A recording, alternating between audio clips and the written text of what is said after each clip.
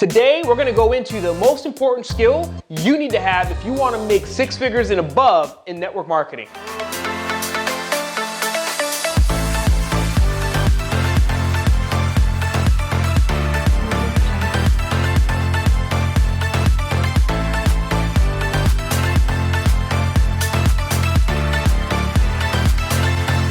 Financial success, today it's more about based on really having the long-term vision.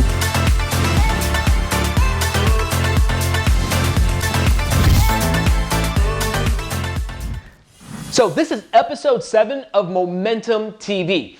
Each week, I give you guys a quick tip to help you monetize and maximize your network marketing business. And so over the last couple of weeks, we've covered what you need to do to recruit at least 100 people in the next 100 days. So let's go through a quick recap. Step number 1 is identifying prospects, whether it's social media, warm market, cold market. Then we went into how to peak these individuals, meaning convert these people from suspects to real prospects. Number 3, setting appointments to get people to commit to at least taking a look at the information. Number 4, exposure. We talked about exposing people to the business, whether it was online or offline. We explained what an exposure was and how to maximize. Today, we're going into step number 5, enrollment. So what does it mean to enroll? Enroll is just a nice word of saying closing the deal, right? Getting that person to make a decision to get into the business with you.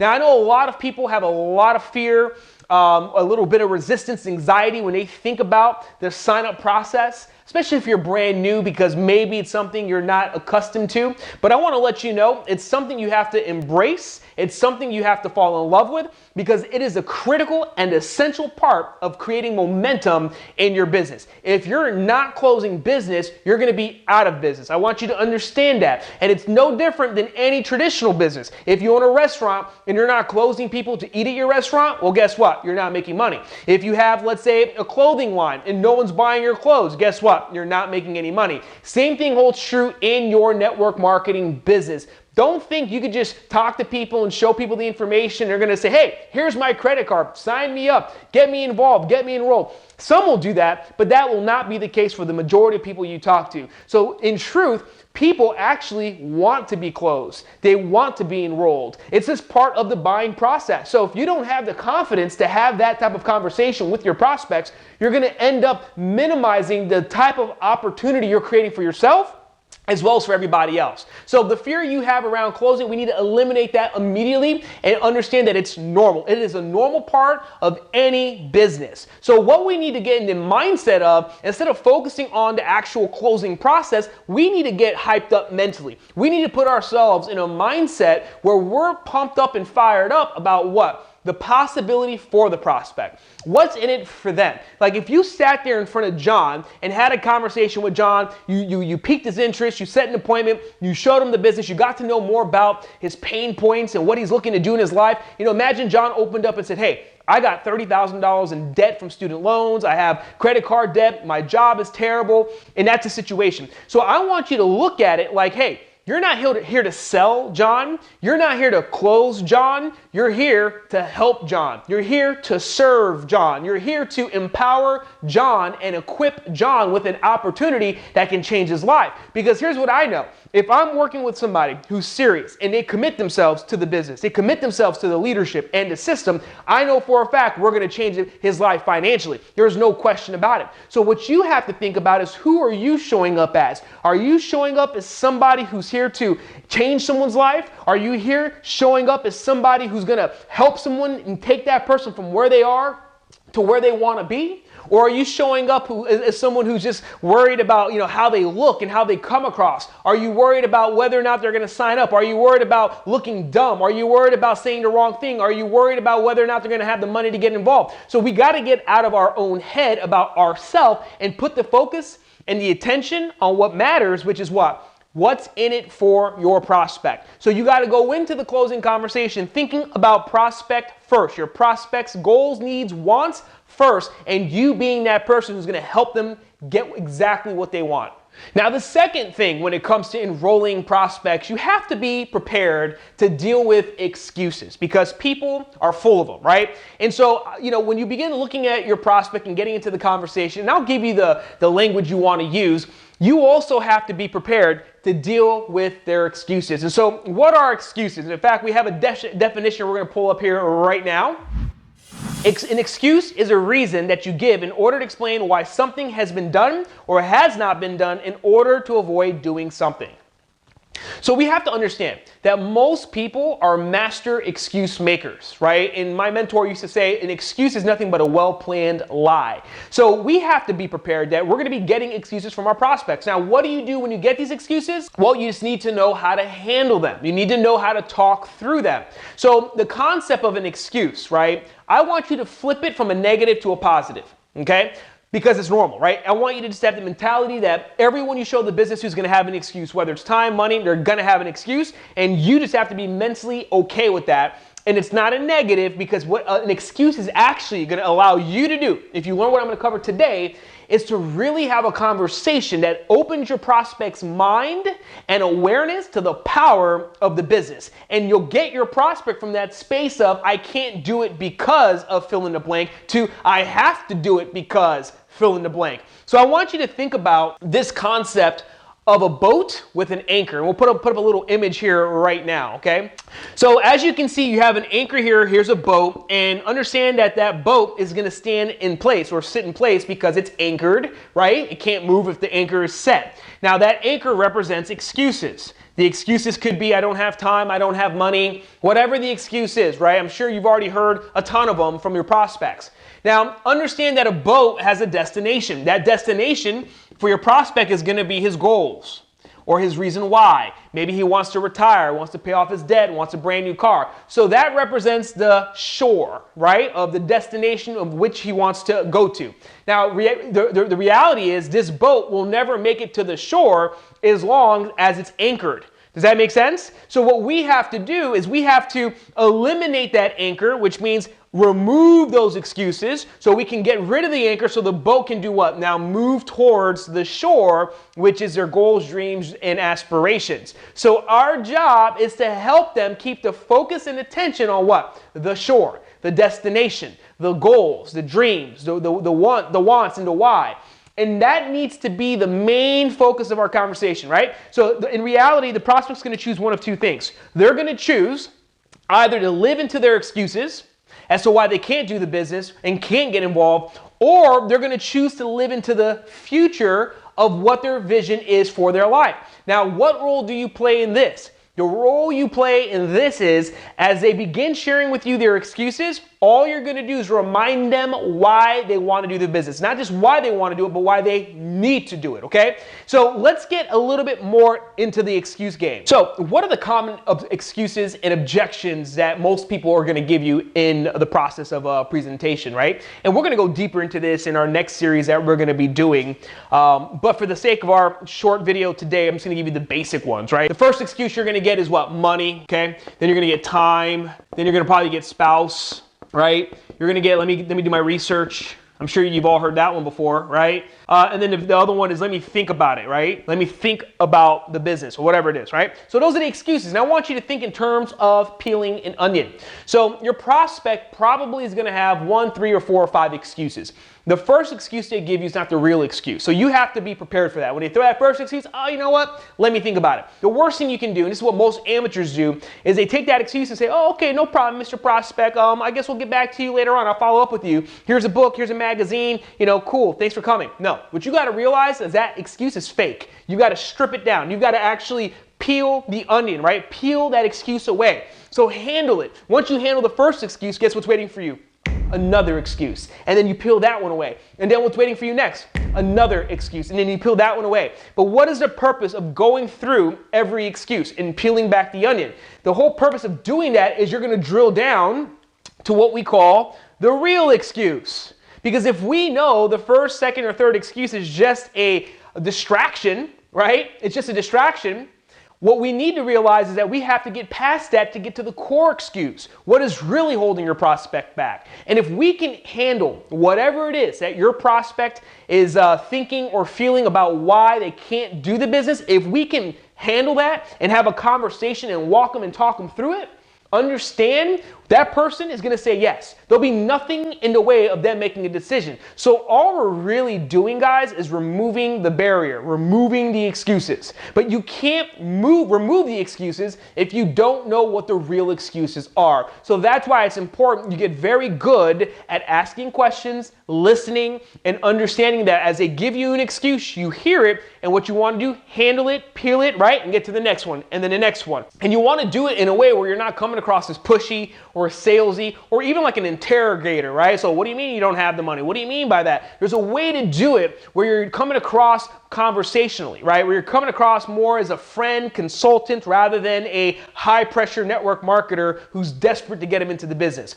So let me share with you how you actually can do this without coming across as closing, salesy, pushy, and all that other type of stuff that come with the territory. So when I first got taught how to close, it was interesting because I was in a place in my business where I was so frustrated because I was probably in the game for 4 or 5 or 6 months and doing everything my mentors were telling me to do. Invite people, talk to people, and I got really good at getting people to see the business. But for whatever reason, I couldn't get them to convert. I couldn't get them to sign up. I just thought, oh, maybe it's the price tag to get in. It's too expensive for people to sign up. But then I learned what I'm going to share with you next, which is how to have a closing conversation. Once I learned how to close people, my business changed forever. I literally went from like no business, making no money, to making $5,000 and $6,000 and $10,000 and $15,000 and $20,000 a month. And then eventually, as I started teaching a bunch of people the same steps, guess what? My income eventually hit over $100,000 per month. And so I'm going to give you a very basic, simple process. This is not the exact process I use today, but it's something I teach a lot of new people who are just getting into the game of closing. So it's called the closing sequence, okay? You might want to write that down. So the closing sequence contains a series of questions, okay, that will help you get that prospect from information to application, right? So let's get into the closing sequence. 4 simple questions that you can start using right away, even if you're brand new to the business, okay? So the first question you want to ask your prospect is, did it make sense? And obviously it's a simple question, but it's designed to get your prospect into yes mode, right? Remember, closing is not something you do at the end of a presentation. It's something you're doing the entire experience from start to end, right? From the minute you call them and book the appointment, while they're sitting in front of you during a presentation, you're asking all the say yes questions, you're getting them in yes mode. So the first question in the closing sequence is a very simple little question, a little hoop they have to jump through. Did it make sense? Oh yeah, it made sense. We know the majority of people will automatically say yes. Second question, what did you like most? Now, the reason why you ask that question as opposed to what did you think, because if you ask a prospect what they think, they're going to tell you what they think, right? And actually, it may sound a little rude, but we actually don't really care what they think. Let me explain why. Because most people seeing the business aren't really gonna understand the business entirely, number one. Number two, most of the people who are looking at the business, it's because of how they think, why they are where they're at financially. So we understand, if you understand that, then that would basically mean that thinking is what's got them where they're at. So we don't really care what they think, right? That might sound a little asshole of me to say that, but whatever. So, second question is, what did you like? Because we want their attention and focus on positive, not negative, right? At the same time, if you ask that question, what did you think? They might say, oh, I think it's not gonna work. I think it's too expensive. I think it's too hard. And then again, they get into the negative side of the conversation. So we don't wanna do that. We wanna focus them in on what? Positive. So what did you like? Oh, I like the money, or I like the products and services. I like the environment of the team. I like the company, whatever it is. You wanna find out what they liked, because whatever they say, that's what you're going to use to inspire and motivate them to get involved. It's basically their hot button, right? Plus, it helps you uncover what their personality is. If someone says, oh, I like the money, you already know they're a shark. Remember, we covered that in setting appointments and all that others in the other episode, right? If they say, oh, I like the background history of the company, well, you know it's an urchin who's focused on details and facts and figures. So it's important. This question is so significant because it will definitely show you really about that prospect and how they're perceiving the information. Number 3, do you see an opportunity for yourself? Very simple, straightforward question. Do you see an opportunity for yourself? Now, if you want to get fancy with it, you want to be like a ninja, do you see an opportunity for you to fill in the blank? So you make it specific. You ask them, hey, if you know they're trying to pay off debt in school, do you see an opportunity to pay off those student loans? Do you see an opportunity to buy your spouse that engagement ring? Do you see an opportunity for yourself to be able to buy that dream car? You see? So you're now speaking to their needs. So do you see an opportunity? Now at that point, they're going to say, yeah, sure I do, or no, I don't see an opportunity. Now, if they give you a positive response, what are you going to do? Yeah, I see an opportunity. Great. Immediately, you want to just assume the close. Great, let's get the paperwork out the way and begin the process of enrolling them. I know it might seem a little fast, but I want to share with you something. If someone says, yeah, this makes sense. Yeah, what I love about the business is the fact that I can make money. Yeah, I see an opportunity for myself. Hello, it's time to get the paperwork out the way. Just like if you walk up to, let's say, a Whole Foods, right? You stack your cart up with a bunch of stuff, kombucha, organic this and that, and you're at the checkout line, and then the lady at the checkout line, she brings all your food and product across the belt. She's not going to say, hey, are you sure you want this drink? Are you sure you want this organic chicken? Are you sure that you want to buy this stuff? No, what does she do? Just swipe it. She doesn't say, hey, are you sure that you can afford this? Do you have the money to pay for this? Are you ready to do this? No. What do? Great. That'll be $250, please. Visa or MasterCard. They assume to close. Same thing you need to do with your business. And I know that a lot of us here, between this point, number 3 and number 4, you're going to start having an internal dialogue that's going to kick in like, oh my God, what are they going to say? What if they say they don't have the money? What if they start, giving me a bunch of objections? What you need to do, after you say, let's get the paperwork out the way, you just need to shut up, okay? You just need to shut your mouth, right? Say nothing and just stand there. And let the prospect then decide, okay, cool, I'm ready to go. So what happens is, let's get the paperwork out the way. Don't say anything. Just begin to start signing them up. How do you do that? Take the paperwork out and begin filling it out. That's what I would do, right? That's what I always did. So great, let's get the paperwork out the way and begin to go for the paperwork. So what's your last name? What's your first name, right? What's your phone number? What's your date of birth? And begin the enrollment process. When you get to the part where it's time to pay, don't say, do you have the $100, $500, $1,000 to sign up? Don't do that. Just assume they have it. Great. Visa or MasterCard. Let's get you started right now. Now, here's the bottom line in doing that. By doing that, what you're actually doing is you're pushing up. See, people think I'm being pushy. I'm pushing. Yeah. No, what you're doing is you're pushing up the excuses. Because when you put the prospect in a position where they have to make a decision, right, where it's time to pay, now what you're actually doing is you're pushing up the real objections, real excuses. And that's your goal. The whole concept of a closing sequence is really to get your prospect to that point where it's pen to paper time. No more wasting time. We've already gone through first base, second base, third base. It's time to hit that home plate, if that makes sense, right? So what we want to do is we want to get to that point where we can now get to a yes or no decision. The worst thing that can happen, here's how you know you didn't do a good enough job in the beginning stages, is when you get to the end and that prospect's like, well, I don't know what I want to do. What do you mean you don't know? We've already went through this whole thing. We've already spent time talking. We've already sat down multiple times. You've already seen all the videos. You've already gone through this whole process. If you're still saying, I don't know, that means that you left something out. That means you did not do a good enough job uncovering the real excuse that prospect has. Now, I also want to let you know, not everybody you use this on is going to say yes. Some are going to say no. They're going to have objections. So let me explain to you what to do with those individuals before we wrap it up. I believe that when someone has an excuse or an objection, that is not no, okay?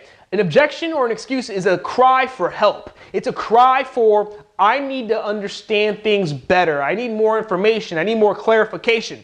So I use objections and excuses as a signal for me to listen more and uncover what's really in their way and figure out if I can explain it a lot more clearly so they can understand what's really in it for them. Because if they really want to change their life, if they really want to pay off their debt and do whatever, why wouldn't they do this? It just makes no sense to me, right? So if they're giving me a bunch of excuses and objections, I'm going to handle it. And here's how I'm going to handle it. Okay, cool. You don't have the money to get started. Here's what I would say with that. Say, okay, no problem. I know how you feel. I felt the same way too when I saw the business. I didn't have the money. So what am I doing? I'm relating with them, bringing their guard down, removing the resistance. I didn't have the money. But then here's what I'm going to do. I'm going to handle it through the process of experience sharing and storytelling. But here's what I found. if I didn't do the business, I would stay in the same situation financially. So I'll tell them, yeah, I didn't have the money, I was broke. So what I realized is that if I didn't change my situation or change what I was doing, my situation was never going to go change. So I had to ask myself, was changing my life and getting becoming financially free, was that something I wanted? Absolutely. Was it going to be worth risking a few $100 a month to start a business in order to have a possibility of financial freedom? Absolutely. So here's what I ended up doing. I ended up borrowing the money. I borrowed the money. I got started. My first month, I made $1,200. So what happened? I ended up getting into business basically for free. And since then, flipped it into millions of dollars. So it was a great decision. Even though I didn't have the money, I figured it out. Does that make sense, Mr. Prospect? Yeah, that makes sense. So let me ask you a question, Mr. Prospect. Do you see an opportunity for yourself? I do see an opportunity for myself. Okay, great. Let's get the paperwork out the way. Bring it right back to the close. They might say, I don't have time. I'm so busy. What am I going to say with that? Hey, I know how you feel. When I first saw the business, I didn't have time either. I was a full-time student pursuing a law degree. I had no time, negative time. But here's what I realized, that college was going to be super expensive. And there would be no way I could actually work while going to law school. So I would be in a situation where I'd be getting into massive, massive debt. So I had no time and I had no way of making money. So when I saw this business, my biggest concern was time. How in the world am I going to build a business and still go to school full time, especially the law program?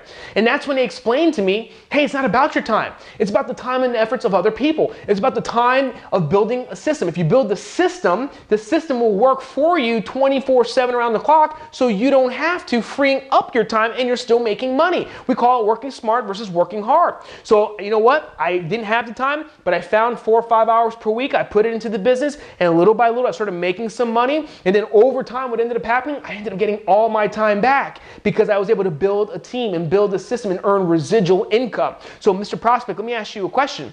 If time is your concern right now, if there was a way that you knew that you could generate an extra 1, 2, or 3,000 per month on the side, 5, 10 hours per week, could you find 10 hours per week? Yeah. I absolutely could. Fantastic. Do you see an opportunity for yourself here to pay off that debt? I do. Great. Let's get the paperwork out the way.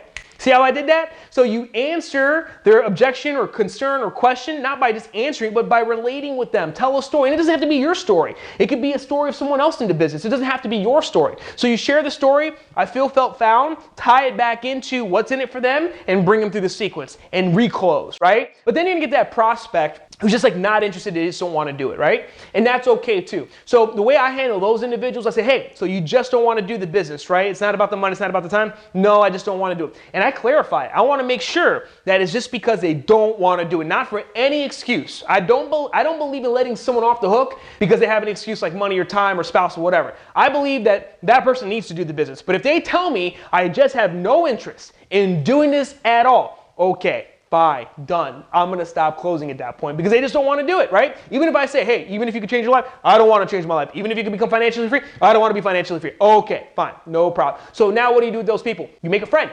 You make a friend with them. Here's what you want to do. You want to leave them happy, right? A lot of times what we do when someone rejects us, we take it personal. You need to realize they're not rejecting you. You're just rejecting the business, right? So if they don't want to do it, all good. Make a friend. Transition immediately. How do you transition? You begin to ask them who they know. Ask them for referrals. Hey, say, listen, hey, I know the business isn't for you. That's fine. You know what? It wasn't for one of my best friends either. One of my best friends, I showed him the business. He wanted nothing to do with it. It's all good. And guess what? We're still best friends. So if it's not for you, no problem. I respect the fact that you can make a decision independently and figure things out for yourself. And, I really appreciate you taking the time to see the information. But hey, I want to continue to build our relationship. You're really, really cool. I got to know you better, and I hope you got to know me. And I want to be able to continue this relationship. So let's stay connected. How does that sound? Oh, that sounds cool. Okay, fantastic. Add them on social media, right? Plant the seed and say, hey, even though it's not for you, maybe you have a friend or two that you know that might be looking for an opportunity. Refer them to me. It would mean the world to me. And hey, you refer me business. It's a benefit for both of us, and I'll figure out how I can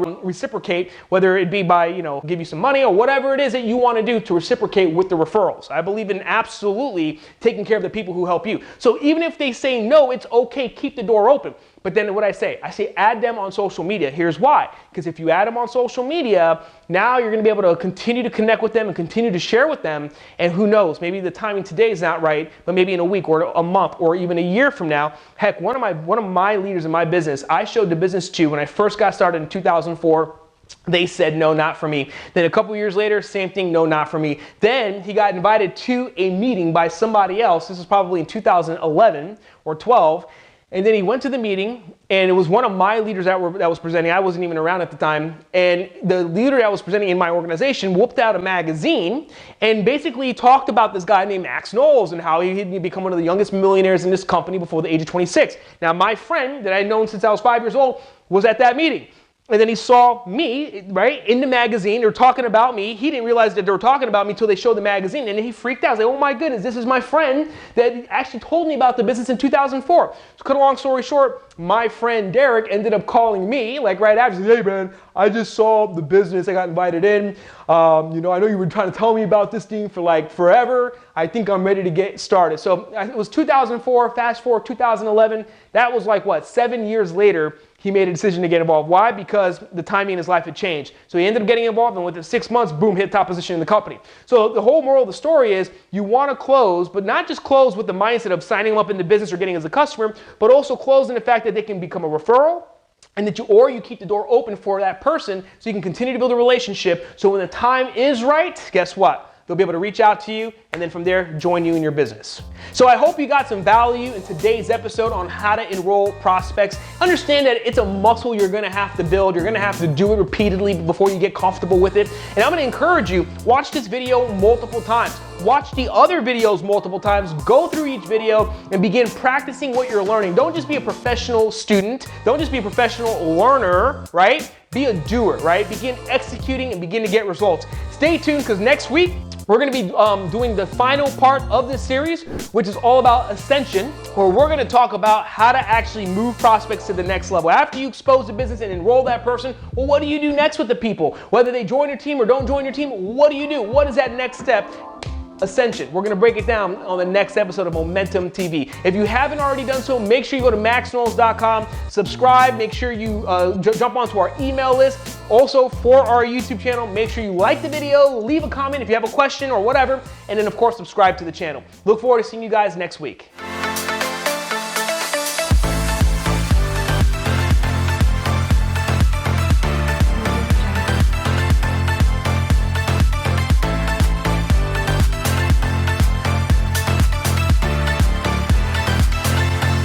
Financial success, today it's more about based on really having the long-term vision